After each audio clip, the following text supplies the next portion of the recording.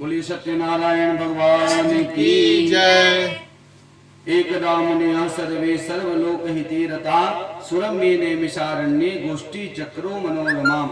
एक बार सभी का हित चाहने वाले नैमिषारण्य स्थान में सूत जी महाराज आसन लगा करके बैठे हुए थे और शौनक आदि 88,000 ऋषियों ने सूत जी महाराज से प्रश्न किया और सभी धर्मों के ज्ञाता सूत जी ने शौनक आदि ऋषियों को जो कथा के बारे में श्रवण कराया वही कथा हम आज आप सबको कथा श्रवण कराएंगे। कलौ सर्वे भविष्यन्ति पाप कर्म परायणा वेद विद्या विहीनाश्च तेषां श्रेयः कथम भवेत्। सूत जी महाराज से प्रश्न करते हैं शौनक आदि ऋषि कि संसार में ज्ञानी मनुष्य दूसरों को ज्ञान नहीं देते हैं। जो मनुष्य रत्न रूपी ज्ञान से दूसरों को संतुष्ट करते हैं उन मनुष्यों को भगवान ही समझना चाहिए। हे सूत जी महाराज, ऐसा कौन सा तप है, व्रत है, पुण्य है जिसके करने से मनुष्य को मनोवांछित फल प्राप्ति होता है, हमें सुनाने का कृपया आप प्रदान करें। त्वमेव मुनिसार्दूलम वेद वेदांग पारदयि त्वत्तते नाहि भक्तान्यो यतस्त्वं व्यास शिक्षितः। सूत जी महाराज कहते हैं कि आप सभी ने मनुष्यों के कल्याण के लिए बहुत अच्छा प्रश्न किया कि इस कलिकाल में सर्वश्रेष्ठ जो भगवान का उपासना है, पूजा है, वह कौन सा है। इतृषि स्कंद पुराणे रीवा खंडे प्रथमोत्सव। बोलिए सत्यनारायण भगवान की जय। बोलिए लक्ष्मी नारायण भगवान की जय। बोलिए वृंदावन बिहारी लाल की जय।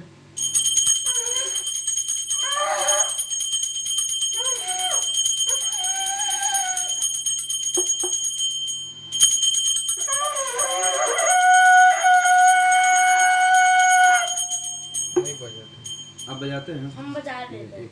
ठीक है, हम बजा देते हैं। ठीक है, ला इधर बनाना। बोलिए वृंदावन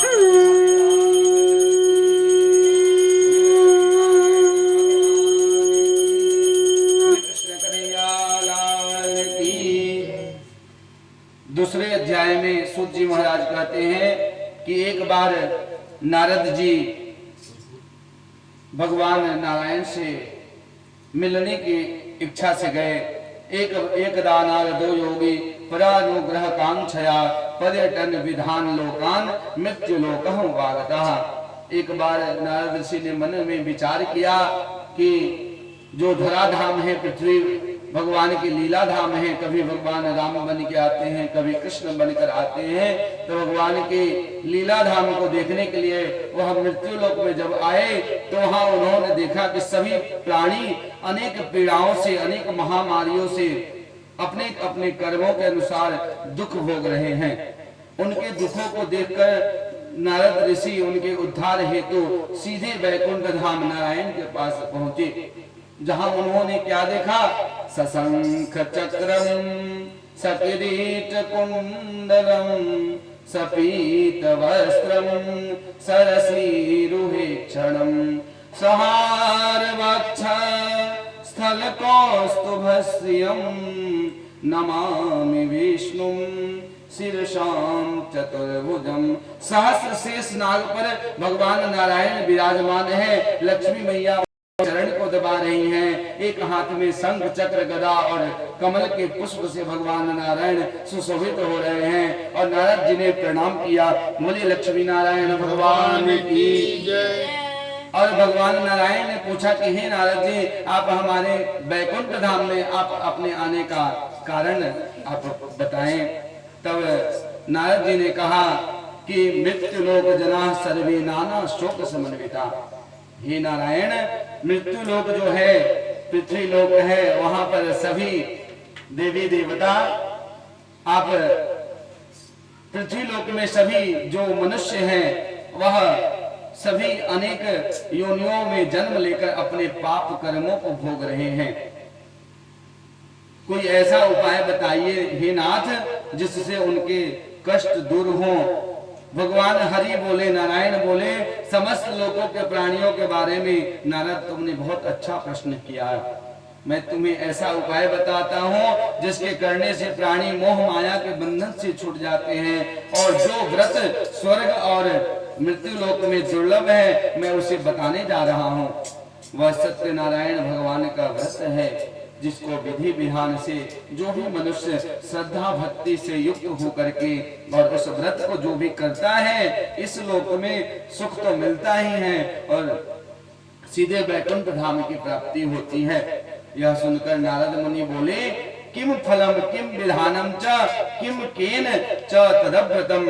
हे प्रभु, इस व्रत का क्या विधान है, क्या विधि है, क्या फल है, इसको कैसे करना चाहिए, यह सब विधि आप मुझे विस्तार पूर्वक बताएं।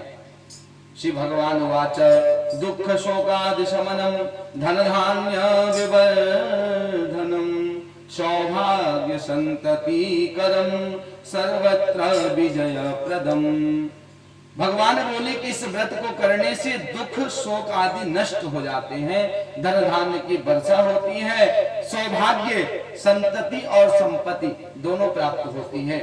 सौभाग्य भी प्राप्त होता है, स्त्रियों को उनका सौभाग्य प्राप्त होता है, और जो जिनको संतान प्राप्ति चाहिए उनको संतान प्राप्त होता है। सभी जगह विजय यश की प्राप्ति होती है। श्रद्धा और भक्ति पूर्वक किसी भी दिन सुबह शाम के समय में भगवान नारायण का पूजन करें। अपने भाई बंधु बांधव ब्राह्मणों को के साथ धर्म पूर्वक भगवान सत्यनारायण को नैवेद्य सहित भोग लगावें। केले का फल, शुद्ध घी और गेहूं के आटे को भून करके शक्कर या गुड़ मिला करके नैवेद्य तैयार करें। प्रसाद सर्व भक्ष्यानि चीकीकृत्य निवेदयेत विप्राय दक्षिणाम दत्त्वा कथाम श्रुत्वा जनैः सह। कथा सुनने वाले को नैवेद्य प्रसाद देना चाहिए, ब्राह्मणों को दक्षिणा देकर संतुष्ट करें। इसके बाद सभी श्रोतागण भगवान नारायण का स्मरण करते हुए अपने अपने घर जाएं। इस प्रकार व्रत करने से मनुष्यों को मनोवांछित मनोकामना फल प्राप्त होता है। विशेष रूप से कलयुग काल में पृथ्वी में इससे बढ़कर कोई भी फल, कोई अच्छा उपाय नहीं है। भगवान सूत जी महाराज कहते हैं सौनक आदि ऋषियों के, हे ऋषियों, जो नारद जी ने भगवान नारायण से जो प्रश्न पूछा मैंने तुम्हें बतला दिया, अब और मैं क्या कहूँ। तब सौनक आदि ऋषि ने प्रश्न किया कि इस व्रत को सबसे पहले किसने किया। इस जो व्रत है सत्यनारायण भगवान का, इसको सबसे पहले किसने सुना, किसने कहा, यह सब हम आपके मुख से सुनना चाहते हैं प्रभु। दुखितम ब्राह्मणम काशी कश्चित काशीपुरे रम्ये यासी द्विप्रोति निर्धनः क्षुधा तृष्णा कुलो भूत्वा नित्यम बभ्राम भूतले। बनारस में जो शिव जी का मंदिर है काशी विश्वनाथ का, वहीं पर एक निर्धन ब्राह्मण रहते थे और वह प्रतिदिन भिक्षा मांगने के लिए पृथ्वी पर घूमते। ब्राह्मण को दुखी देख करके ब्राह्मण से प्रेम करने वाले नारायण एक साधु का रूप धारण कर उनसे पूछने लगे, किमर्थम भ्रम से विप्र मही नित्यम सुदुखितः तत्सर्वे श्रोतुम इच्छामि कथ्यताम यदि रोचते। हे ब्राह्मण देवता, आप इस तरह पृथ्वी पर क्यों भ्रमण करते हो? अपने भ्रमण करने का कारण बताओ, अपने दुखी अपने गरीबी का कारण बताओ। विप्रोवाच ब्राह्मणोति दरिद्रोहम भिक्षार्थम विभ्रमे महिम उपायम यदि जानासि कृपया कथयम प्रभो।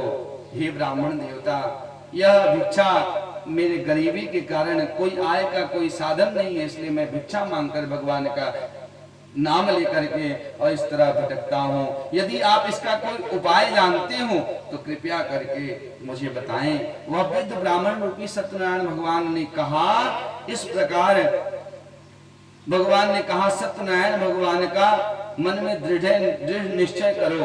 भगवान नारायण का पूजन व्रत के प्रभाव से निर्धन हमेशा भगवान उसके ऊपर कृपा बनाए रहते हैं।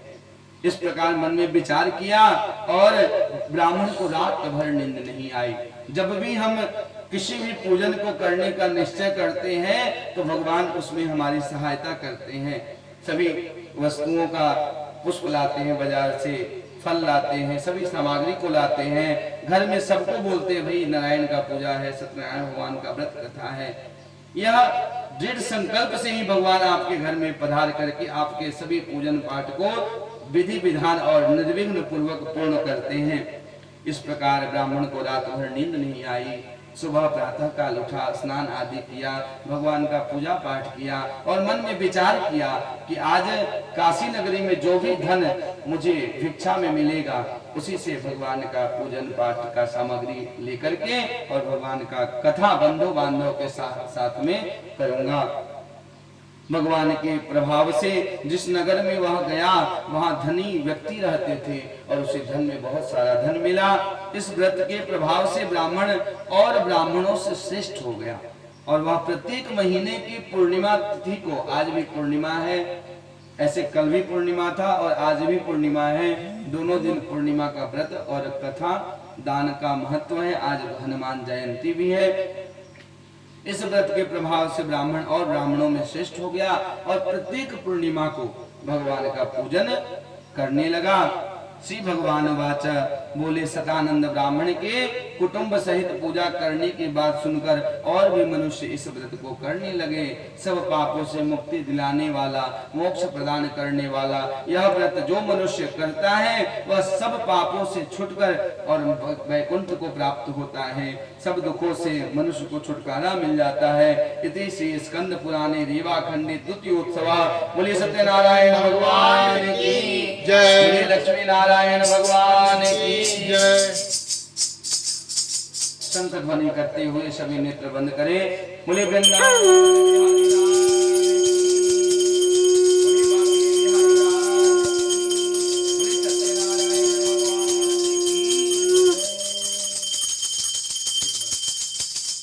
ले लीजिए, सबको हाथ में पुष्प दे दीजिए। फूल है प्लास्टिक।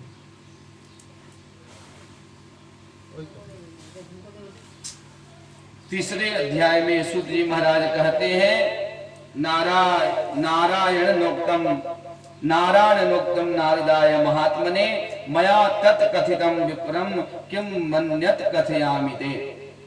सूत जी बोले भगवान विष्णु ने महर्षि नारद जी से जो कथा कही, सबसे पहले जिस ब्राह्मण ने कथा करी उस कथा को मैंने सुना दिया। अब और कुछ पूछना है तो आप सभी पूछ सकते हैं। सौनक जी बोले हे मुनिवर, उस ब्राह्मण के पश्चात, उस ब्राह्मण के बाद में और कौन कौन इस कथा को कहा और किसने किसने इस कथा से लाभ प्राप्त किया, यह सब हम सुनना चाहते हैं। सूत जी बोले शृणुध्वं मुनयः सर्वे तस्मात् देन कृतं भुवि एकदा च द्विजवरो निज वृत्तानुसारतः। वह जो ब्राह्मण था अपने बंधु बांधव के सहित में अपने महल के पास में सत्यनारायण भगवान का व्रत कर रहा था। उसी समय एक लकड़हारा, लकड़ी काटने वाला, लकड़ी बेचने वाला जंगल से गुजर रहा था। उसे बहुत तेज प्यास लगी और प्यास की तीव्रता के कारण वह ब्राह्मण के घर में प्यास पानी पीने की इच्छा से गया। लेकिन जब भगवान के पूजन को देखा तो उसके मन में एक इच्छा जागृत हुई कि हे ब्राह्मण देवता, यह सब आप किसका पूजन कर रहे हैं। ब्राह्मण ने कहा कि यह जो भी सुख संपत्ति वैभव आप देख रहे हैं इस नारायण के पूजन से ही प्राप्त हुआ है। उस लकड़हारे ने कहा कि मुझे जल पिलाइए और यह सत्यनारायण भगवान के पूजन के व्रत की विधि विधान बताइए, हमें भी इस व्रत को हम भी पूजन करने की इच्छा है, आप कृपया करके विधि विधान हमें बताइए। सत्यनारायण भगवान का विधि विधान जान करके और लकड़हारा लकड़ी बेचने के लिए चल पड़ा। मन में विचार किया कि आज ब्राह्मण देवता के घर में जो नारायण भगवान का पूजन हुआ हम भी अपने घर में करेंगे। और ऐसा मन में जब आप अच्छे विचार का संकल्प लेते हैं तो भगवान आपकी सहायता करते हैं। जिस नगर में लकड़ी बेचने गया वहां बहुत बड़ा यज्ञ हो रहा था और लकड़ी के उसे बहुत अधिक रुपए मिले। उस रुपए से केले का फल और पके हुए केले के फल, शक्कर, घी, दूध, गेहूं का चूर्ण आदि समस्त पदार्थों को लेकर अपने घर गया। तत्पश्चात अपने बंधु बांधवों को बुलाकर विधि विधान से व्रत पूजन किया। उस व्रत के प्रसाद स्वरूप उसे धन मिला और पुत्र की प्राप्ति हुई। इस लोक में सुख होकर अंत में सत्य लोक अर्थात वैकुंठ धाम को चला गया। हे मुनि श्रेष्ठ, अब मैं दूसरी कथा कहता हूँ, ध्यान पूर्वक सुनो। इति श्री स्कंद पुराणे लीलाखंडे तृतीयोत्सव। बोलिए सत्यनारायण भगवान की जय, बोलिए लक्ष्मी नारायण भगवान की जय, बोलिए वृंदावन बिहारी लाल की।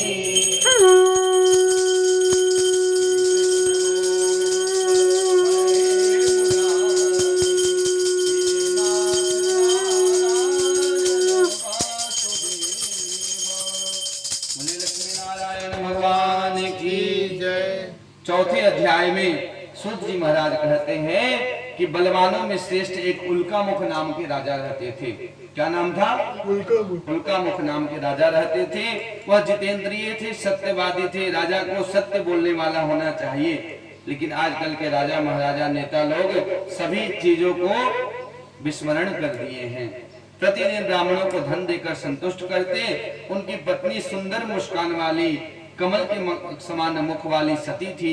वह दोनों भद्रशिला नदी के किनारे, मैंने पहले भी कथा हुआ था एक बार, तो मैंने आप लोग बताया था कि घर में कोई भी पूजा पाठ सत्य धार्मिक कर्म करते हैं तो 100 गुना अधिक फल मिलता है। किसी मंदिर में करते हैं तो 1000 गुना फल अधिक मिलता है। किसी तीर्थ में, जैसे अपना बाबू घाट है गंगा जी के किनारे, तीर्थ में करते हैं तो 1,00,000 गुना अधिक फल मिलता है। और गौशाला में, जहाँ पे गाय डेली रहती है, गोबर से लिपा जाता है, वहां करने से करोड़ों गुना अधिक फल मिलता है। तो ये स्थान का प्रभाव है। तो राजा अपने प्रजा के साथ में भद्रशिला नदी के किनारे सत्यदेव अर्थात सत्यनारायण भगवान का व्रत को पूजन कर रहे थे। उसी समय एक साधु नाम का वैश्य था, बनिया था, उसका नाम साधु था। वह वाणिज्यार्थ बहुधने रत्नाद्य, बहुत सारे आभूषण, रत्न, सोना, जवाहरात, चांदी इत्यादि का वह क्रय विक्रय करता था। और अपने नावों में वह भर करके व्यापार के लिए जा ही रहा था। लेकिन उसे जब दिखाई दिया कि भद्रशिला नदी के किनारे कोई राजा भगवान का पूजा कर रहे हैं, तो अपने नावों को किनारे लगाकर वह राजा के समीप पहुंचा और राजा से प्रश्न करने लगा। ममापि संतति नास्ति रोत तस्मा जायते ध्रुवम ततो निवृत्य वाणिज्या सानंदो गृहमागतः। हे राजन, भक्ति पूर्वक मन से आप यह किसका पूजन कर रहे हैं और इनके पूजन करने से क्या विधान, क्या फल मिलता है?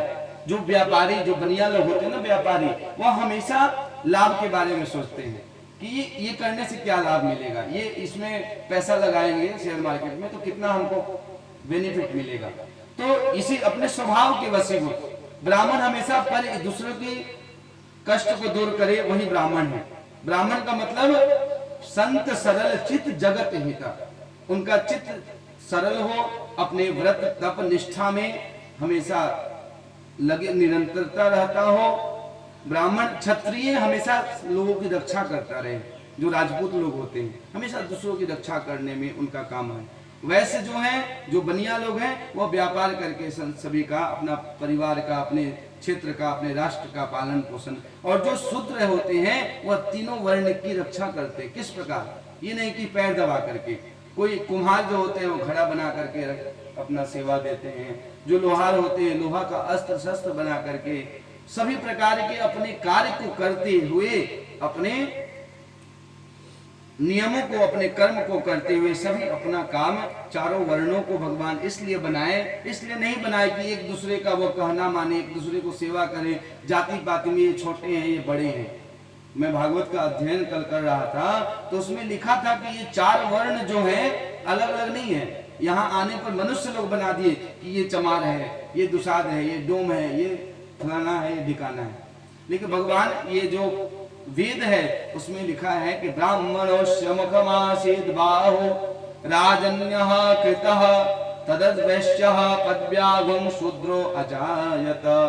ब्राह्मण जो है नारायण के, जो नारायण का हम लोग पूजन कर रहे हैं, नारायण के मुख में ब्राह्मण रहते हैं, नारायण के बाजू में, नारायण के हाथ में क्षत्रिय रहते हैं, और नारायण के उदर में वैश्य रहते हैं, और नारायण के जंघे में पैर में शूद्र रहते हैं। तो नारायण के चारों जगह पे चारों वर्ण रहते हैं, तो फिर अलग कैसे हुए?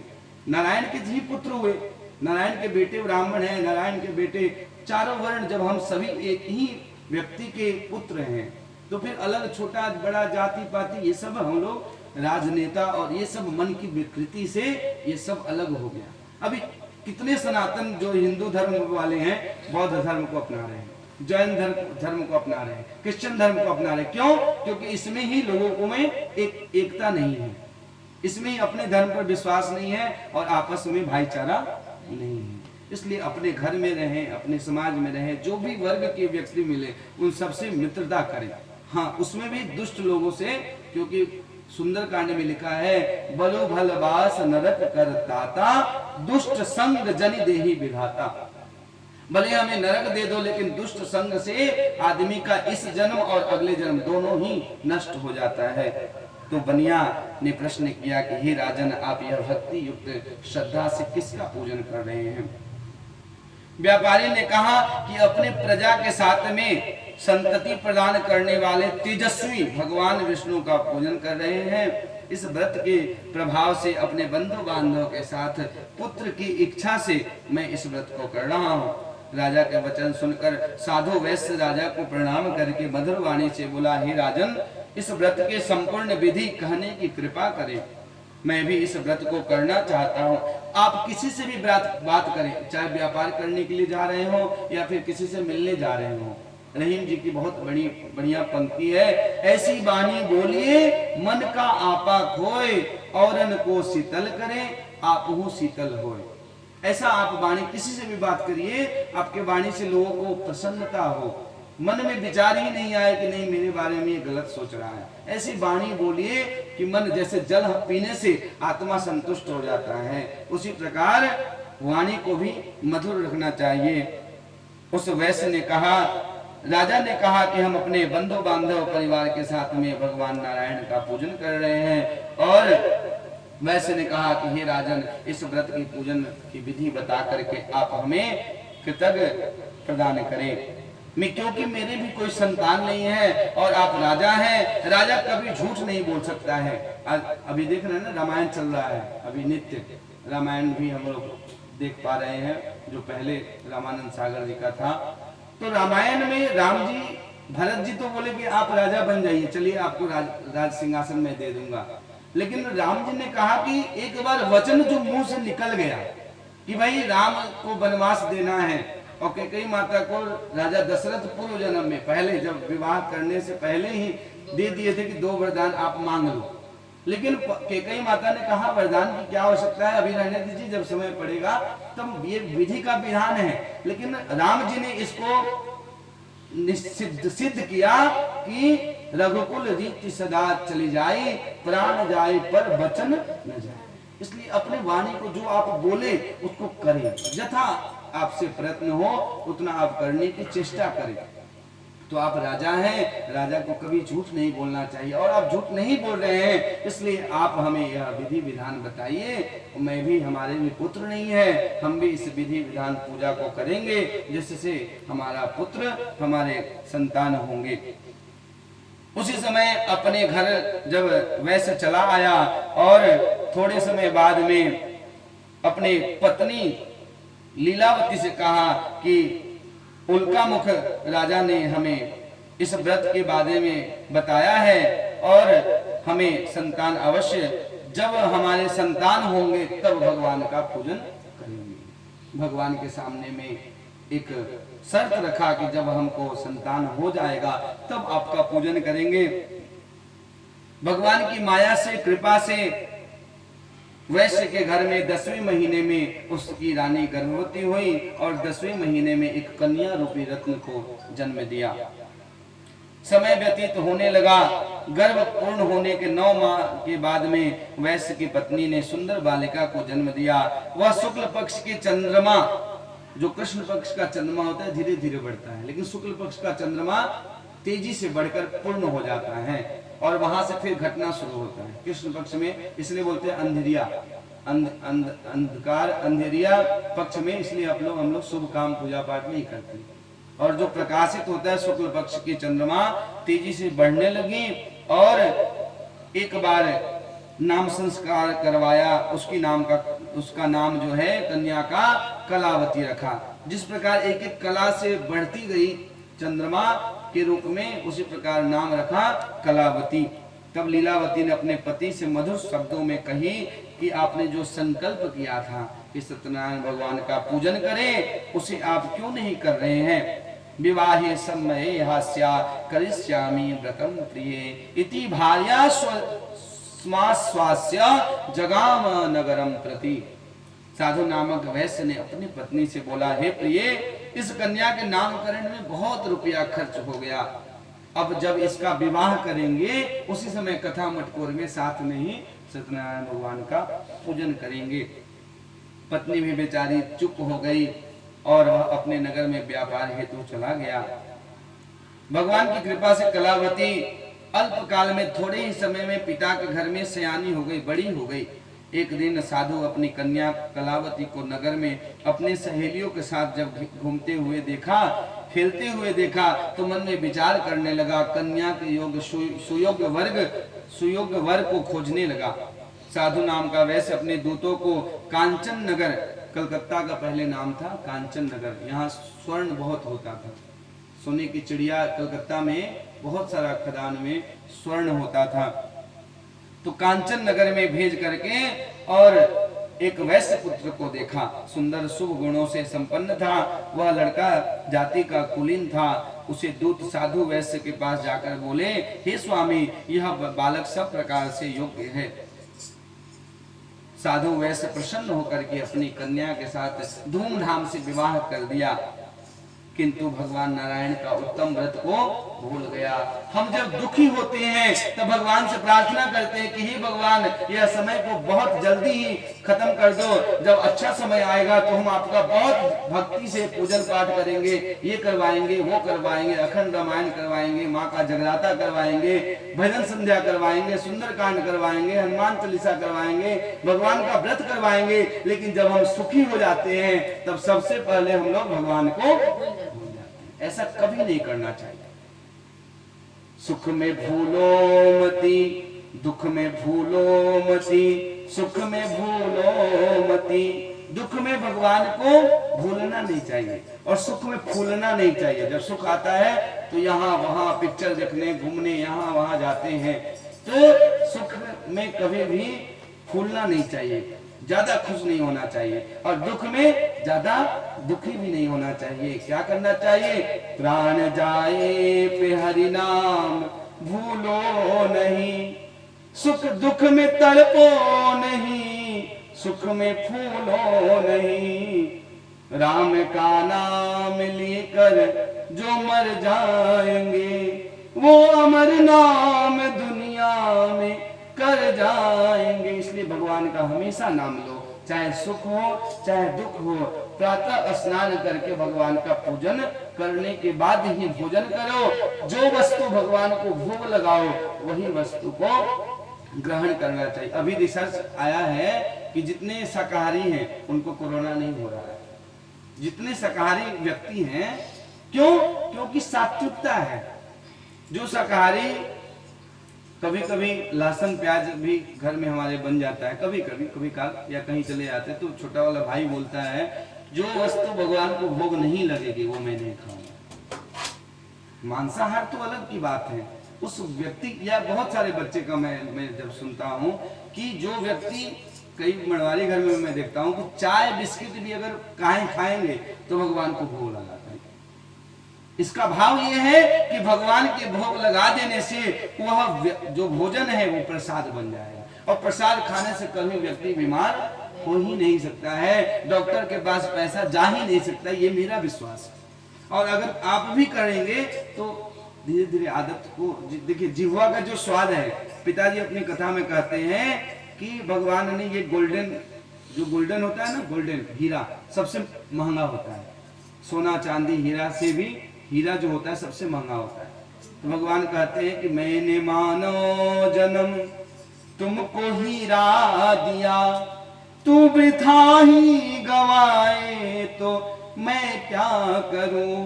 मूल गीता में सब कुछ बता ही दिया, पर समझ में न आए तो मैं क्या करूं। रस गोरस को मैंने जो पैदा किया, माखन मिश्री को मैंने जो पैदा किया। दूध दिया, दही दिया, पनीर दिया, खोआ दिया, मलाई दिया, रबड़ी दिया, फल दिया, अंगूर, मिष्टान, रबड़ी, सब कुछ, मेवा, मिष्टान, सब कुछ दिया, ड्राई फ्रूट्स दिया। लेकिन तुमने क्या किया? इस निर्दयी जीभ के स्वाद में एकमात्र स्वाद है। मन देखकर ललचता है कि कितना सुंदर लगेगा, कितना टेस्टी लगेगा। यह जीभ का स्वाद पनीर में नहीं लगता है। वेजिटेरियन में 1000 वस्तु आप बना सकते हैं, व्यंजन बना सकते हैं। नॉनवेज में 3 चीज ही बना सकते हैं। अब आप विचार कर लीजिए। तो इस जीव के स्वाद में मैंने क्या किया? मांस मद को न छोड़ा तो मैं क्या करूं। लेकिन जब बीमार पड़ गया, जब हॉस्पिटल में गया, सारा धन पैसा सब उसमें लग गया। कोई गरीब व्यक्ति जीवन भर मांस मदिरा को खाया और अंत में उसके पिता या माता या कोई भी बीमार हो गया तो सब जमीन जायदाद बेच करके डॉक्टर को दे दिया। तब भगवान को बोला, हे राम। तब भगवान बोले, जैसा जो तुम किया वैसा पाता गया, बाद आंसू बहाए तो मैं क्या करूं। इसलिए अभी भी समय है, धीरे धीरे अपना जो दुर्व्यसन है उसको छोड़िए। और अभी भी समय है। यह महामारी हम लोगों के लिए अच्छा संकेत लेकर आया है। जो गलत व्यक्ति हैं, जो अधर्मी व्यक्ति हैं, उन्हीं को यह बीमारी हो रहा है, होगा। मैंने अपने सभी सेठ जी लोगों को बोल दिया कि आप चिंता मत करिए, मुझे कभी जिंदगी में कोरोना नहीं हो सकता। दूसरी और बीमारी भले ही हो जाए, लेकिन कोरोना जैसी महामारी या और कोई भी बीमारी, जो भगवान के भक्त हैं, जो नित्य भगवान का पूजन, संध्या बंदन, गायत्री करते होंगे, उन्हें कभी भी इस प्रकार की ये महामारी क्या है? ये बिना मतलब का बीमारी है। ये अकस्मात पैदा हुआ है। और अकस्मात बीमारी किसी भी अच्छे व्यक्ति को, भगवान के भक्त को कभी भी अपने चपेट में नहीं ले सकती। इसलिए हमें यह सुधरने का मौका दिया। अपने घर में अपने बाल बच्चों को, अभी मैं भी कुछ दिन से काम में रहता था, तब तो घर में बच्चों को उतना नहीं देखता था, लेकिन घर में बच्चों को सुबह में उठाना, पूजा पाठ में बैठाना, शाम को रामायण करना, दिन में भर बच्चों को क्या पढ़ाई है, क्या लिखाई है। तो यह भगवान समय दिए हैं कि अपने बच्चों को आप समय दीजिए। घर का काम है, बाहर जाना नहीं है, बिना मतलब का कहीं निकलना नहीं है। तो इसलिए भगवान से हम बार बार कहते हैं कि हम ये करेंगे, वो करेंगे। कोई भी अगर मनता मानते हैं कि चलो मेरा बेटा स्वस्थ हो जाए, या तो उस काम को पूरा हो जाए अगर आपका काम, तो तुरंत उसको आप कर लें।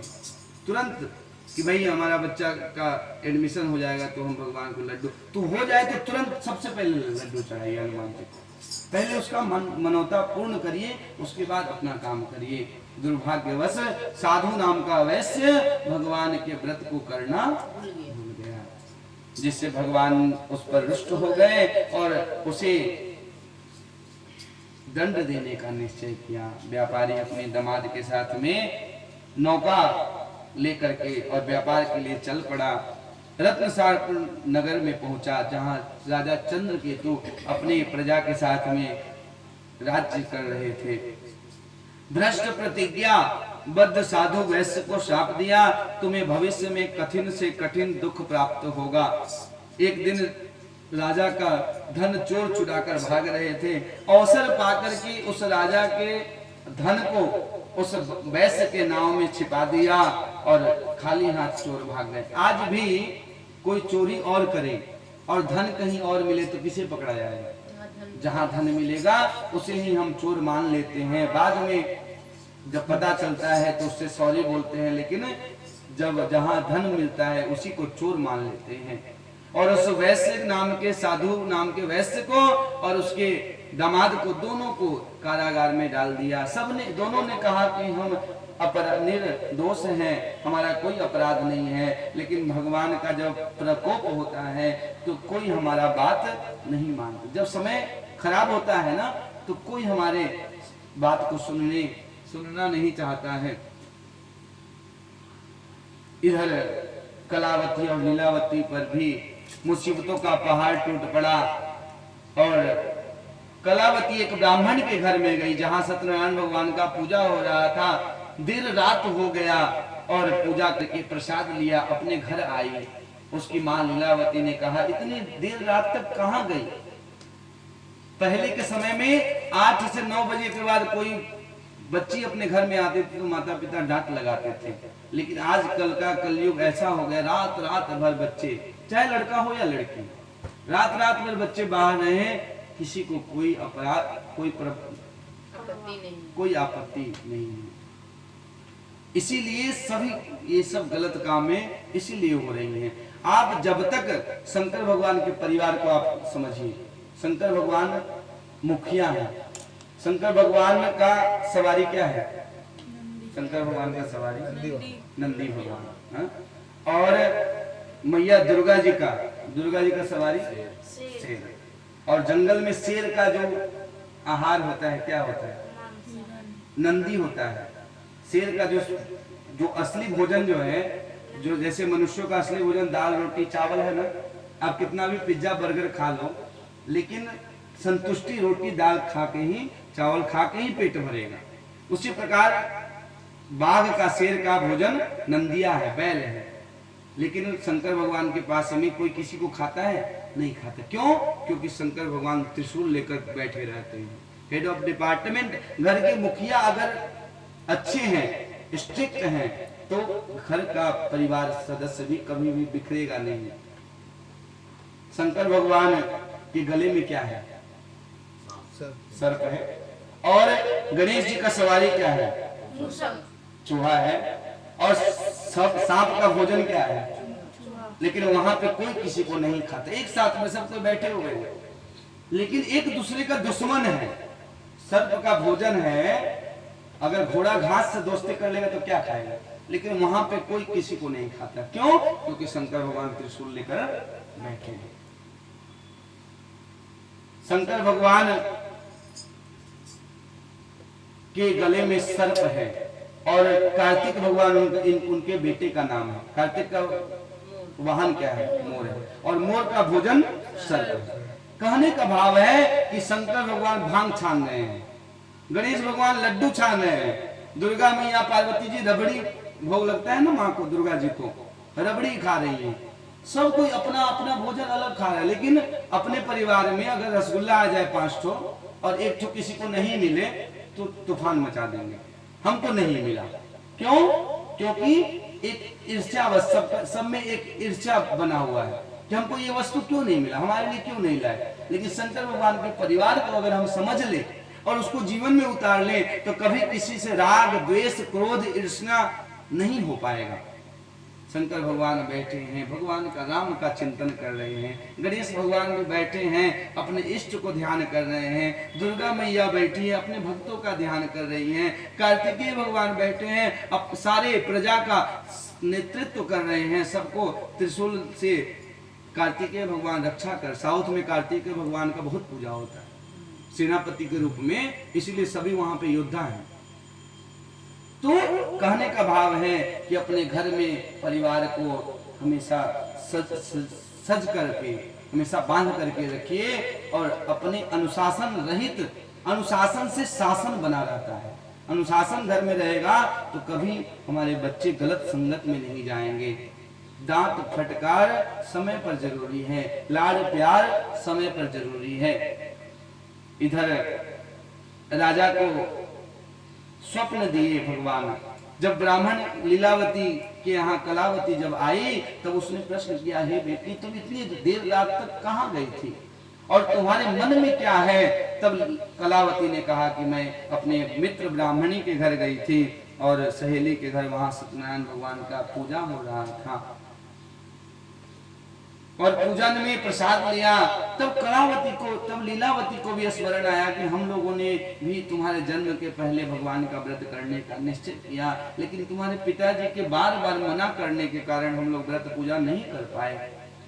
चाहे जो भी स्थिति हो, भगवान का पूजा पाठ करने में ये सब कोई सामग्री की आवश्यकता नहीं पड़ेगी। आप यदि गांव में रहेंगे तो केले का गाछ खरीदना नहीं पड़ेगा, आम का पत्ता खरीदना नहीं पड़ेगा, केला या आपका गंगा जल खरीदना नहीं पड़ेगा, चौकी भी खरीदना नहीं पड़ेगा, सुंदर कोई वस्तु फल पुष्प चावल अपने घर में रहता है, चंदन घिस लीजिएगा तो चंदन भी नहीं खरीदना पड़ेगा, फल कहीं से तोड़कर अमरूद सुंदर सुंदर अमरूद होता है, अभी आम का समय है, किसी के यहाँ जाकर के आम। तो कहने का भाव है कि जो भी सामग्री उपलब्ध हुई कलावती लीलावती ने अपने बंधु बांधवों के संग में सत्यनारायण भगवान का पूजन किए और मन में कामना करी कि हमारे पति और दामाद सब कुशल अपने घर आ जाएंगे। इसी भावना से हमने आपका पूजन किया। भगवान दोनों समय खुशी हैं। आप अगर कुछ मांगेंगे तो भी देंगे और नहीं मांगेंगे तो भी देंगे। तो आप मांगेंगे तो जितना मांगेंगे उतना ही मिलेगा और नहीं मांगेंगे तो जो जो वस्तु आपको आवश्यकता होगा भगवान सब कुछ देंगे। इधर भगवती लीलावती कलावती की प्रार्थना से भगवान प्रसन्न हो गए और राजा चंद्रकेतु को स्वप्न दिए कि इन दोनों वैश्य और जमाई को तुरंत कारागार से मुक्त कर दो प्रातः काल उठ करके। अगर तुमने ऐसा नहीं किया तो तेरा राज्य वैभव सारा नष्ट कर दूंगा। राजा चंद्रकेतु घबरा गए और अपने राज ज्योतिषी मंत्री सबके साथ परामर्श किए कि यह रात को मैंने स्वप्न दिया। सभी राज ज्योतिषों ने कहा कि तुरंत उस साधु नाम के वैश्य को और उसके दामाद को तुरंत छोड़ दिया जाए, सम्मान पूर्वक पहले से अधिक धन दे करके उनको बार बार याचना करके उन दोनों को प्रस्थान विदा किया। भगवान ने मन में सोचा कि इतना दंड देने के बाद में इन लोगों की बुद्धि ठीक हुई है या फिर ये पहले जैसे ही मूढ़ हैं, अज्ञानी बन करके और ये पाप कर्म को कर रहे हैं। सच बराबर तप नहीं, झूठ बराबर पाप। झूठ से बड़ा कोई पाप नहीं है। एक झूठ को बचाने के लिए आपको 100 झूठ बोलना पड़ता है और अगर सत्य बोल रहे हैं तो आपको कहीं भी दिक्कत ही नहीं है। आप बुंदेलगेट में तो बोलिए बुंदेलगेट में, आप घर में हैं तो बोलिए हाँ हम घर में हैं, थोड़ा देरी हो गया 10 मिनट में हम आ जाएंगे। लेकिन आप बोले नहीं घर के नीचे हैं और आप घर में हैं तो आप झूठ बोल रहे हैं और इस झूठ का कोई मतलब नहीं। हाँ कौन सा झूठ बोलिए? आपके घर में गाय घुस गई और कसाई तलवार लेकर खड़ा है और वो पूछ रहा है कि गाय आया है तुम्हारे घर में? आप बोलिए एकदम नहीं आया, हम देखे ही नहीं है गाय को। वो झूठ आपका झूठ नहीं है, वो झूठ किसी की रक्षा करे, वो झूठ नहीं है, वो आपका सत्य हो गया। लेकिन आप बिना मतलब का झूठ बोल रहे हैं। नहीं हम आपका पैसा आज ही, अब बोल दिए हम आपका पैसा हमारे पास व्यवस्था नहीं है, मैंने चेष्टा की थी लेकिन जिससे मांगा वो इतने तारीख का डेट दिया है। अब सत्य पर निष्ठा रखिए। सत्य के लिए राजा हरिश्चंद्र सब कुछ अपना गंवा दिए। सत्य के लिए राजा राम जी 14 वर्ष वनवास किए, क्या आवश्यकता था? सभी प्रजा, आजकल का कोई भी 2-4 आदमी सपोर्ट कर लेता है तो सांसद बन जाता है, राज्य बन जाता है। राम जी के साथ तो पूरा अयोध्या के नगरवासी थे। राम जी के साथ में पूरे अयोध्या के नगरवासी थे कि हम कैकेयी के बात को नहीं मानते हैं, आप राजा बन जाइए। लेकिन राम जी ने सत्य को धारण किया। और कलयुग में भी 4 चरण हैं, सत्य, दया, शौच और तप। तीन चरण से धर्म जो है, धर्म का 4 चरण है, सत्य, दया, तप और शौच। शौच मतलब नियम, अपना नियम। सत्य मतलब सच बोलना और तप मतलब तपस्या करना। भगवान का नाम, दुर्गा जी का नाम ओम ऐंग्री क्लीं चामुंडाय विच्चे, नारायण का नाम ओम नमो भगवते वासुदेवाय, राम का नाम हरे राम राम राम हरे हरे, हरे कृष्ण कृष्ण कृष्ण हरे। ये महामंत्र है। तो नाम का जप कर रहे हैं तो तप कर रहे हैं, यज्ञ कर रहे हैं, तप कर रहे हैं। दया, किसी कोई असहाय व्यक्ति जा रहा है, कोई भूखा व्यक्ति जा रहा है, किसी को धन नहीं, आप किसी भी चीज से आप उसका सहायता कर दिए तो वो दया हो गया। गर्मी के समय में मैं आप लोगों को सलाह दूंगा, अपने छत पर घड़ा में या कोई भी पात्र में जल भर दीजिए कि कोई भी पंछी आए। ये 3-4 काम हम लोग को सबको करना चाहिए कि कोई भी चिड़िया आएगी तो सभी जगह अपवित्र जल भरा हुआ है। आपके यहाँ जल आएगा तो आप देखिएगा डेली 10 पक्षी आपका जल पी करके जाएगा। थोड़ा सा गेहूं हो या जो भी चिड़िया चुगती होगी दाना, वो छत पे छिट दीजिए। जब छाया होगा तो कबूतर आएगा, पक्षी आएगा, घर के चारों तरफ आपके अंदर देव का अंश आ जाएगा। जब पक्षी पहला रोटी आप गाय को खिलाइए, डेली खिलाते हैं तो बहुत अच्छी बात है, आपको मैं बहुत आशीर्वाद देता हूँ। और लास्ट का रोटी पिछला, जिसको पिछला बोलते हैं, पिछला रोटी अगर बच्चे को खिलाएगा ना तो बुद्धि ये लोग का खराब हो जाएगा। पिछला रोटी नहीं खाना चाहिए, तो हर काम में पीछे रहेगा बच्चे। और माताएं सोचती है चलो हम ही खा लेते हैं, हम तो पीछे रहेंगे कोई बात नहीं।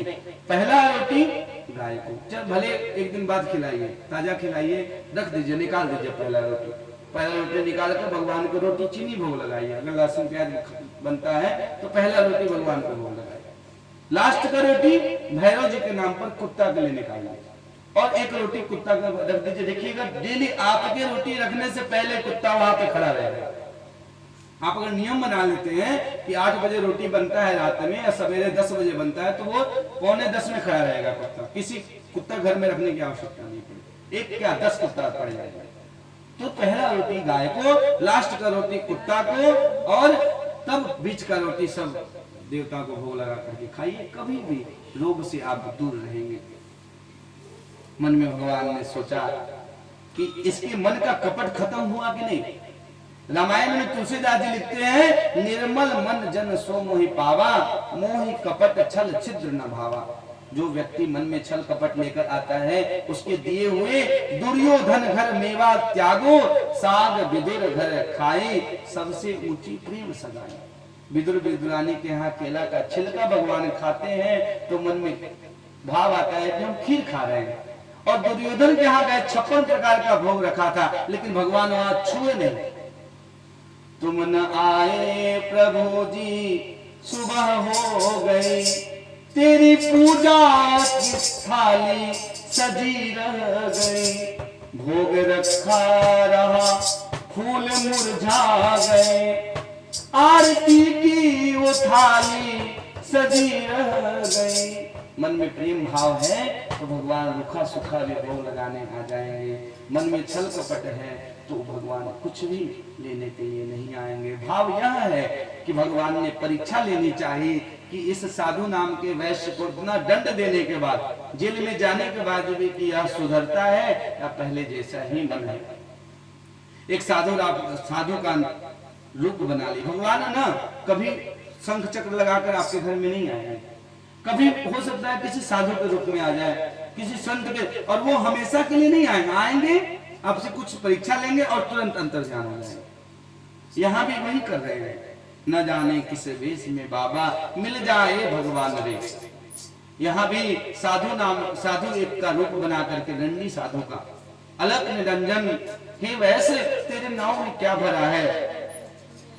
उस वैश्य ने कहा कि बाबा हमारे नाव में तो बेल और पत्र भरा है, आप क्या लेने की इच्छा से आप पूछ रहे हैं। भगवान क्रोध आ गया, अरे भैया दो या मत दो, तुम्हारी इच्छा, लेकिन झूठ तो मत बोलो। भाई हमारे इस नाव में जवाहरात है, हीरा है, सोना है, हीरा असरफी है, ये तो बोल दो, कम से कम झूठ मत बोलो। भगवान क्रोध हो गए, बोले एव मस्तो, तुमने जैसा कहा है वही सत्य हो जाए। और भगवान वृथा न जाए देव ऋषि वाणी, भगवान का वाणी, संतों का वाणी कभी भी बेकार नहीं जाता।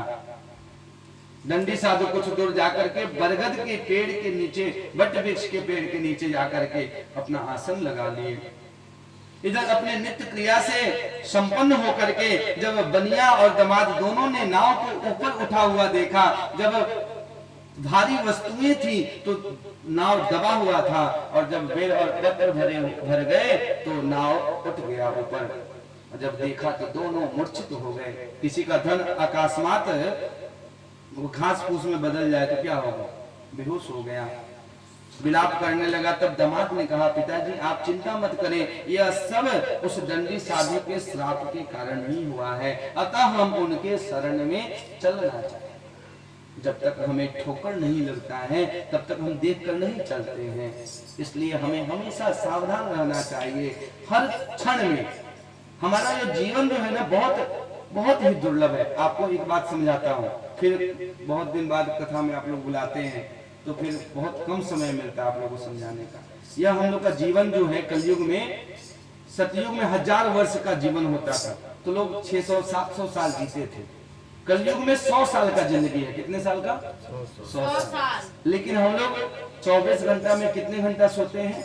8 घंटा, 10 घंटा, 12 घंटा, कोई 8 बजे रात को 10 बजे सोते हैं, 8 बजे तक सोते हैं, तो 12 घंटा सोते हैं, तो 24 घंटा में 12 घंटा, अर्थात 100 साल में 50 साल आप सो गए।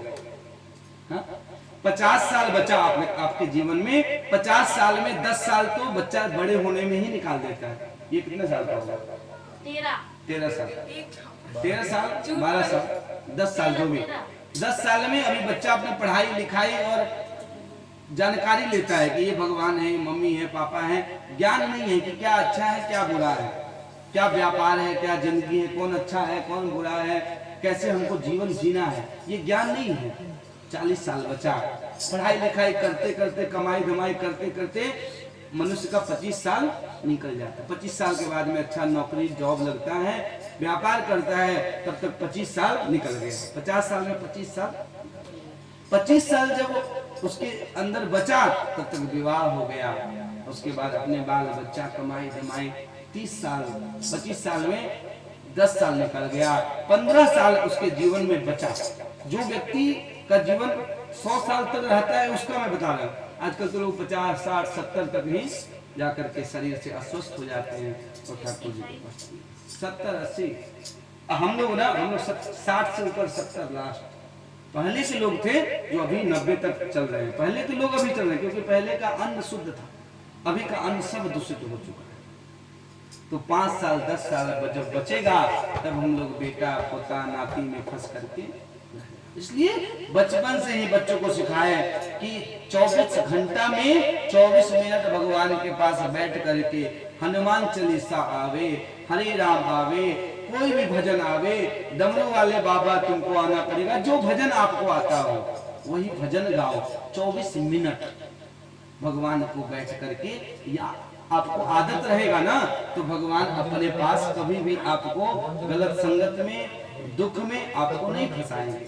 24 मिनट भगवान का आपको अभी समय मिला है। 10 दिन और बचा है ना लॉकडाउन, और बढ़ेगा, 1 महीना और बढ़ेगा। अभी समय है, शाम को आप लोग बैठ जाएं, दिन भर जो करना है करें, सुबह उठे, नहाए धोआए, जब उठना है तब उठिए, कोई दिक्कत नहीं। शाम के समय में 5 बजे संध्या आरती पूजा पाठ करके और बैठ जाएं और कीर्तन करें आधा घंटा, जो आपको आता हो भजन, चाहे दुर्गा जी का भजन, किताब निकाल के भजन करिए। या देवी सर्वभूतेषु मातृरूपेण संस्थिता बुद्धि रूपेण संस्थिता नमस्तस्यै नमस्तस्यै। हे देवी हम आपको प्रणाम कर रहे हैं, सर्वमंगल। बहुत मंत्र आप लोगों को याद है, हिंदी में बोलिए, श्री कृष्ण गोविंद हरे मुरारी, इससे बड़ा कीर्तन नहीं। गोविंद मेरो है, गोपाल मेरो है, वो बाके बिहारी नंदलाल मेरो है। देखिए आपका घर अगर मंदिर नहीं बन जाए, स्वर्ग नहीं बन जाए, तो फिर आप हमसे कहिएगा। आधी घंटा 24 मिनट, 1 घड़ी आधो घड़ी, आधो में पुनियाद, तुलसी संगत साथ के, हरे कोटि अपराध। कोटि 1 करोड़ कोटि अपराध भी आपके नाम लेने से सब खत्म हो जाएगा। दंडी साधु के शरण में चला गया, पैर पकड़ लिया कि हे महाराज आपके श्राप के कारण मेरा सारा धन धान्य घास फूस बन गया, बेलपत्र बन गया। आपके स्वरूप को तो ब्रह्मा भी नहीं जान पाते, फिर मैं अज्ञानी पुरुष कैसे जान पाऊंगा आपके स्वरूप को। भगवान ने कहा कि हे साधु, तुमने एक बार झूठ नहीं बोला, कई बार झूठ बोला कि मैं नारायण का पूजा करूंगा, मेरे संतान हो जाएंगे, जब विवाह हो जाएगा तब पूजा करूंगा। फिर बहुत बार तुमने झूठ बोला, इसलिए तेरे झूठ बोलने से तुम्हें दुख प्राप्त हुआ। भगवान कभी किसी को दुख नहीं देते, किसी को सुख नहीं देते। आज आपका कर्म ही कल भाग्य बनता है। कल ये आज का कर्म ही कल भाग्य बनता है। हम लोग बोलते हैं ना उसके भाग्य में तो बहुत पैसा है, लॉटरी लगा चल गया। नहीं, उसने पहले वो कर्म किया था। कल मैं रात में 2 बजे में एक पुस्तक पढ़ रहा था कि 4 लोग थे, एक राजा बन गया। राजा जब बन गया तो उसके मन में विचार आ गया कि मेरे साथ तो 4 व्यक्ति का जन्म हुआ, लेकिन मैं ही राजा क्यों बन गया। तो उसके जो राजदूत थे साधु बोले कि जाओ यहाँ से कुछ दूर जाओगे तो जंगल में एक साधु है, वह तुम्हारे प्रश्न का उत्तर देगा। तो उस साधु के पास पहुंचे तो वो महात्मा जो है अंगारे खा रहा था, कोयला का अंगारे खा रहा था, अंगार। तो हाँ, तो महात्मा बोले कि कुछ दूर आगे जाओगे तो एक महात्मा मिलेंगे, वो तुम्हारे प्रश्न का उत्तर। तो वो महात्मा मांस खा रहे थे। क्या खा रहे थे? मांस खा रहे थे। वो महात्मा से पूछा कि भाई सब कोई राजा क्यों नहीं बनता है? एक व्यक्ति एक मुहूर्त में हॉस्पिटल में एक समय में तो बहुत बच्चा जन्म लेता है, लेकिन कोई अंबानी के घर चला जाता है, कोई किसी गरीब के घर चला जाता है, कोई किसी राजनेता के घर चला जाता है, कोई फुटपाथ पर चला जाता है। तो वो व्यक्ति जो है बोला कि एक बच्चा है आगे मिलेगा, वह तुम्हें बताएगा। उसी समय जन्म हुआ। उस बच्चे से जब पूछा राजा ने, तब बच्चा ने कहा कि अगले जन्म में तुम जो महात्मा है और तुम हो, सब तुम 4 भाई थे, जंगल में चल पड़े, भूख लगी थी, कुछ भी नहीं मिला, साथ में आटा था, आटा को बेल गूंथ करके और आग जलाकर तुमने रोटी बनाया। ध्यान से इस कथा को सुनिए। और जब रोटी बनाया तब एक व्यक्ति भूख प्यास से पीड़ित आया, तब उसने कहा कि हमें भी भाई कुछ भोजन करा दो। तब तो एक ने कहा कि मैं रोटी अगर नहीं खाऊंगा तो मुझे अंगारे खाना पड़ेगा। अंगारे मतलब आग तो जल रहा था रोटी के अंदर, तो अंगारे मुझे खाना पड़ेगा, रोटी मैं तुम्हें दे दूंगा तो मैं अंगारे खाऊंगा। तो वो महात्मा अंगारे खा रहा था दूसरे जन्म में। और जो व्यक्ति बोला मैं रोटी दे दूंगा तो फिर हिंसक जंतुओं का मांस खाना पड़ेगा, तब पेट भरेगा मेरा, तो वो महात्मा मांस खा रहा था। और वो व्यक्ति, वो जो राजा जो बना, वो व्यक्ति बोला ठीक है भाई, मेरा एक रोटी है ना, 4 रोटी बना था, तो एक रोटी, आधा रोटी तो खा ले, आधा रोटी मैं खा लूंगा, थोड़ा कम खाऊंगा। तो वो व्यक्ति दान के प्रभाव से, सहायता के प्रभाव से राजा। ये दृष्टांत मैंने इसलिए बताया, ये दृष्टांत मैं नहीं बता रहा हूं, भक्तमाल के, भागवत के भक्तमाल की कथा में ये दृष्टांत क्यों होता है? क्योंकि हम उससे कुछ सीखें। नैतिक शिक्षा, मोरल साइंस होता है ना आप लोग के सब्जेक्ट में, मोरल साइंस, उसके लास्ट में बताया जाता है कि इस कहानी से हमें ये शिक्षा मिलती है। तो इस कहानी से हमें ये शिक्षा मिलती है कि जरूरत पड़े तो हमें अपने मित्र की, दोस्त की, सहेली की सहायता करना पड़ता है। चला गया बैटरी। तो कहने का भाव है कि हमें समय पर अगर एक रोटी है और हमारा कोई मित्र भूखा है तो हमें उसमें से उसे बांट देना चाहिए। अगर उसके पास किसी चीज की आवश्यकता है तो वह आवश्यकता उसको हमारे पास है और उसको दे सकते हैं तो वो चीज कर देना चाहिए। कौन सा पुण्य आपके अगले जन्म का प्रभाव बन जाए ये कोई नहीं खा सकता। तो हमें भगवान ने इसलिए दिया है, हमें इसलिए संपन्नवान बनाया है ताकि हम दूसरों की सहायता कर सके। तो वह साधु नाम का वैश्य बोला कि हम भगवान आपके स्वरूप को नहीं जान पाए, इसलिए हम आपके शरण में आए हैं। हमें भी भगवान के शरण में जाना चाहिए। शरण में जाने का मतलब कि भगवान जो कहते हैं गीता में, रामायण में, उससे हम करें। ये नहीं कि बस भगवान को हाथ जोड़ लिए तो भगवान के शरण में चले गए, नहीं। भगवान के शरण में जाने का मतलब है कि हम भगवान के हर बात को माने। इसलिए पूजा पाठ, कभी नवरात्रा होता है, कभी पूर्णिमा होता है, कभी हनुमान जयंती होता है, कि इसी बहाने हमारे घर के सभी सदस्य बैठकर भगवान में मन लगाएं। और ये 4 बार जल चढ़ाना, ये पंचामृत चढ़ाना, भगवान ये सब थोड़ी चाहते हैं, लेकिन हम भाव से लेते हैं, प्रदान करते हैं तो भगवान आकर के उसे ग्रहण करते हैं।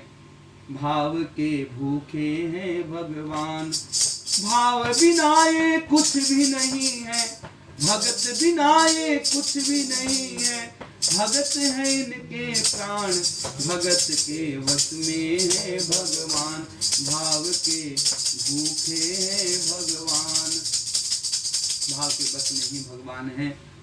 और भगवान बोले कि हे वैसे हमारे बार बार तुम्हें दुख प्राप्त हुआ अपने झूठ के कारण, इसलिए हमें कभी भी झूठ नहीं बोलना चाहिए, किसी का उपकार नहीं करना चाहिए जिससे हमें कष्ट प्राप्त हो।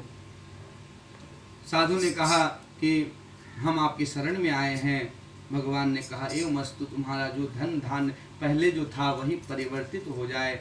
भगवान अंतर ध्यान हो गए। साधु ने मन में विचार किया कि काल करेसो आज कर, आज करेसो अब। तुरंत केले का वृक्ष काट करके और वहां सुंदर मंडप बनाकर भगवान का अपने द्वारपाल अपने सैनिकों के साथ में भगवान का पूजन किए। प्रसाद बांट करके और प्रसाद बांटकर अपने प्रसाद ग्रहण किया, अपने नगर की ओर चल पड़ा। सिपाहियों ने नगर के निकट पहुंचकर राजा का जो सूचना था वह अपने उनके दूतों को सुना दिया। और जैसे सब नगर में उपस्थित जैसे लीलावती कलावती ने सुना, सब अपने पति के दर्शन के लिए चल पड़ी। इति श्री स्कंद पुराणे रेवाखंडे चतुर्थोत्सव। बोले सत्यनारायण भगवान की, बोले लक्ष्मी नारायण भगवान की। चढ़ाइए, फूल चढ़ा दीजिए, संग बजाइए।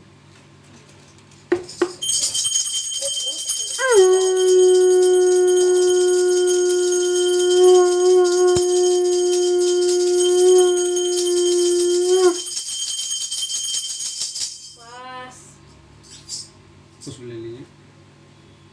तो शंख को ना जितना बार बजाइए, शंख को धो लीजिए ऊपर से थोड़ा छोड़ करके। हम लोग बांट लेंगे।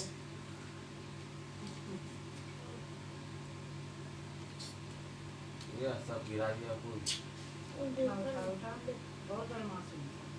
देखा है। ठीक है, चुप रहो। सूत जी ने कहा, माता का चुप का किया। फेंक दिया। हेलो।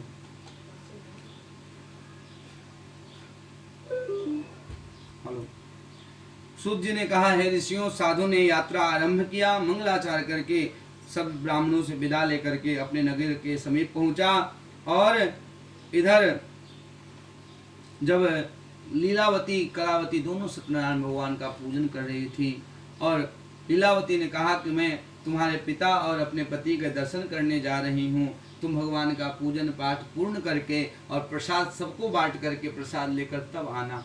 लेकिन कलावती भी पति से मिलने की इच्छा से भगवान का पूजा बीच में छोड़ दी, प्रसाद को भी छोड़ दी, और जब दर्शन करने के लिए गई तो वहाँ पे भगवान ने नाव को, उसके पति के नाव को डुबो दिया, अर्थात अदृश्य कर दिया, दिखाई नहीं देने लगा। भगवान कभी किसी के नाव को डुबाते नहीं हैं, वो तो उबारते हैं, किसी को सहारा देते हैं। क्या महक रहा है दीपक? नहीं कुछ तो डलने का महक रहा है। नहीं, इधर नहीं। इधर नहीं, उसमें घी डाल दीजिए, थोड़ा देर 10 मिनट और लगेगा, घी दे है, दीजिए, घी है अभी। है ना। इधर में जब कलावती अपने पति के निकट पहुंची तो अपने नाव को, अपने पति को देख करके विलाप करने लगी। तब साधु नाम का वैश्य ने कहा कि हे प्रभु, हमारे परिवार में हमसे या और किसी से कोई भी अपराध हुआ हो तो आप उसे क्षमा करें। तब आकाशवाणी हुई, हे वैश्य, हे साधु, तेरी कन्या ने प्रसाद त्याग करके आई है, इसलिए इसे दंड प्राप्त हुआ है। या अगर ये लौट करके भगवान से क्षमा याचना करे और प्रसाद को ग्रहण करे तब इसके पति के दर्शन होंगे। इति श्री स्कंद पुराणे रेवाखंडे। और तब वैसे ही कलावती ने किया, जब जाकर के प्रसाद ग्रहण करके आकर के क्षमा मांगे तब उसके पति के दर्शन हुए। उन सभी ने भगवान का विधि विधान से पूजन किया, प्रत्येक पूर्णिमा को पूजन करना प्रारंभ किया। यह लोके परलोके वा, इस लोक को का सुख भोग करके अंत में वैकुंठ धाम को चले गए। इति श्री स्कंद पुराणे रेवाखंडे षष्ठोत्सवः। बोले सत्यनारायण भगवान की, बोले लक्ष्मी नारायण भगवान की।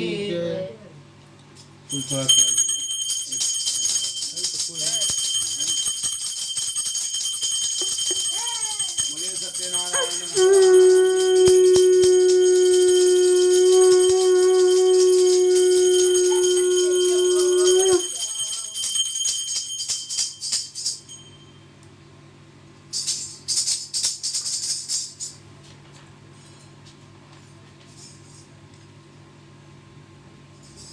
इस प्रकार सूत जी महाराज कहते हैं कि आसी तुंग ध्वजो राजा प्रजा पालन तत्परः। तुंगध्वज नामक एक राजा, तुंगध्वज नाम के एक राजा थे। उन्होंने भी प्रसाद को त्याग कर बड़ी दुख को प्राप्त करना पड़ा। एक बार राजा वन में शिकार खेलने के लिए चले गए, बहुत से जंगली पशुओं का शिकार किया। घर लौटते समय मार्ग में राजा सहित भक्ति पूर्वक संतुष्ट होकर भगवान सत्यनारायण भगवान का गोप ग्वाल, जो ग्वाल बाल लोग थे, ग्वाले लोग, उन्होंने अपने बंधु बांधव सहित भगवान का पूजन कर रहे थे। राजा देख करके वहां रुका भी नहीं, छोटे लोग समझ करके भगवान को प्रणाम भी नहीं किया। तत्पश्चात गोप लोगों ने पूजन पूर्ण करके सत्यनारायण का प्रसाद राजा के पास रखा, अपने स्थान पर आकर इच्छानुसार प्रसाद ग्रहण किया। राजा उस प्रसाद को भी त्याग कर चले गए। मैं आप लोगों से निवेदन करना चाहता हूँ कि कभी भी किसी स्थान पर मंदिर में जाएं, किसी के घर में जाएं, कहीं रास्ते में मंदिर से गुजरे, अगर कोई प्रसाद दे और आपको लगे कि नहीं हम ये प्रसाद ग्रहण करने योग्य नहीं है, तो उस प्रसाद को माथे में लगा लीजिए या उस प्रसाद को प्रणाम कर लीजिए। मना मत करिए कि नहीं नहीं हम प्रसाद नहीं खाएंगे तुम्हारे घर का, और भगवान को वहाँ प्रणाम कर लीजिए। प्रसाद अगर ले सकते हैं तो लेकर घर में आ जाइए, या फिर नहीं ले सकते हैं तो प्रसाद ले करके माथे लगाकर किसी और व्यक्ति को आप प्रसाद दे दीजिए या फिर प्रणाम कर लीजिए। उसको मना नहीं करना चाहिए, त्यागना नहीं चाहिए, उसको अपमान नहीं करना चाहिए। इस प्रकार राजा जब अपने नगर में आया तो उसके 100 पुत्र सहित उसका राज्य किसी दूसरे राजा ने अपहरण कर लिया, राज्य को अपने वश में कर लिया।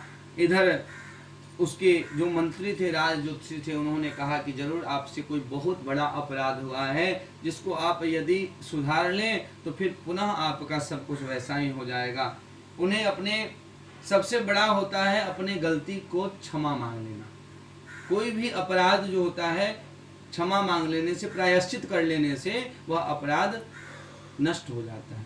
भूल से भी भूल हो उसको भी तुम स्वीकार लो, दुख में दुख के पल में प्रभु का नाम 100 बार लो। हरे कृष्ण कृष्ण कृष्ण हरे हरे, हरे राम राम राम हरे हरे। कोई गलती हो जाए तो आप केवल क्षमा मांग लीजिए, केवल सॉरी बोल दीजिए, केवल उसको एक्सेप्ट कर लीजिए कि हाँ मेरे से ये गलती हो गया, आगे से ये गलती नहीं होगा, बस इतना ही आपको बोलो, सब गुस्सा समाप्त हो जाए। उस समय जब उसे भूल स्मरण याद आया, उसी वन में गया, ग्वाल बाल को इकट्ठा किया, ग्वाले लोगों को सत्यनारायण भगवान का पूजन किया, प्रसाद लिया। फिर वह जो राजा अपहरण किया था उसके सारे राज्य को वह स्वयं उसके समीप छोड़ करके और भगवान की माया से अंतर ध्यान हो गया। इस प्रकार जो भी मनुष्य पूर्णिमा के दिवस या किसी भी दिन श्रद्धा भक्ति के साथ में भगवान नारायण का भक्ति पूर्वक पूजन कथा श्रवण करता है, सत्यनारायण भगवान उसकी सभी मनोरथ को पूर्ण करते हैं। सूत जी कहते हैं कि सबसे पहले इस व्रत को जिसने किया उसकी मैं कथा सुनाता हूँ। जो निर्धन ब्राह्मण बनारस में पूजन कर रहा था उसका नाम सतानंद ब्राह्मण था। वह अगले जन्म में भगवान कृष्ण का मित्र बना। कौन थे कृष्ण भगवान का मित्र? कृष्ण भगवान का मित्र कौन थे? सुदामा बन करके भगवान का कीर्तन करते थे। उन्हें किसी प्रकार का धन का आवश्यकता नहीं था, केवल उनके पत्नी और बच्चों को गृहस्थ आश्रम चलाने के लिए भगवान के पास गए। द्वारिकापुरी बन गई और उसी प्रकार सुदामापुरी बन गई। तो मित्र बन करके भगवान का नाम का आश्रय लेकर अंत में वैकुंठ धाम को चले गए। तो लकड़हारा था वह राजा भीलों का राजा बना, निषाद राज। जो अभी रामायण में हम लोग देखे ना, निषाद राज का भगवान का हेल्प किया। निषाद राज जो भीलों के राजा जो थे, वृक्ष जो जंगल में जो सुमंत्र के साथ में चित्रकूट तक छोड़ने गए थे, निषाद राज गुह, वह बन करके और भगवान की मित्रता करके उनका सहयोग किए और अंत में मोक्ष धाम को प्राप्त किए। उल्कामुख के नाम के जो राजा थे दूसरे जन्म में दशरथ बने और श्री रंगनाथ जी का पूजन करते हुए मोक्ष को प्राप्त किए। साउथ में रंगनाथम भगवान का भी पूजन बहुत होता है। साधु नाम का जो वैश्य था वह सत्य बोलने वाला मूर्ध्वज राजा हुआ। और ऐसा सत्य बोला कि भगवान जब उसके पुत्र को आरे से चीर करके परीक्षा लिए, तब भी वह भगवान अपने पुत्र को आरे से चीर कर परीक्षा दिया भगवान के सामने, तो भगवान प्रसन्न होकर के उसके पुत्र को जीवित कर दिए और उसे भक्ति का वरदान दिए। तुंगध्वज राजा जो थे अंत में, जो स्वयंभू मनु हुए, और मनु से ही हम लोग का नाम मानव पड़ा। मनु और शत्रुपा से ये जो सनातन धर्म की जो सृष्टि हुई, पहले कोई हिंदू नहीं था, कोई मुस्लिम नहीं था, कोई सिख नहीं था, कोई ईसाई नहीं था, कोई पंजाबी बंगाली और बिहारी, ऐसा कोई कुछ नहीं था। पहले दो ही व्यक्ति थे, मनु और शत्रुपा, स्त्री और पुरुष। ब्रह्मा जी से एक तेज उत्पन्न हुआ, वह एक तेज स्त्री बन गया और एक तेज पुरुष बन गया, यानी हम सभी मनुओं के संतान हैं। मनु और शत्रुपा से ही हमारे सृष्टि प्रकरण उत्पन्न हुआ। यही मनु भगवान का वेद पूजा पाठ करते हुए अंत वह संपूर्ण भागवत की कथा सुन करके मोक्ष को प्राप्त हुए। इति श्री स्कंद पुराणे रीवा खंडे सप्तमोत्सवः। बोलिए सत्यनारायण भगवान की, बोलिए लक्ष्मी नारायण भगवान की, बोलिए वृंदावन बिहारी लाल की।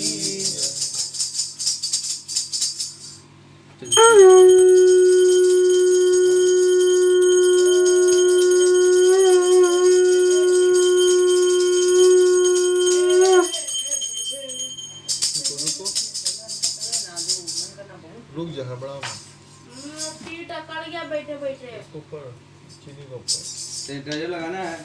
हाँ क्या है? सैनिटाइजर अच्छा है। अच्छा है ना। हम तो नवरात्रा में रखते थे, जब बाबू लोग को टीका लगाते थे तब हाथ भाई कौन जाने लंदन से बाबू आए हैं, कहाँ बाहर से आए हैं, क्या दिखाइए वो कौन सा है? पंडित जी सैनिटाइजर का बॉटल दिखाइए।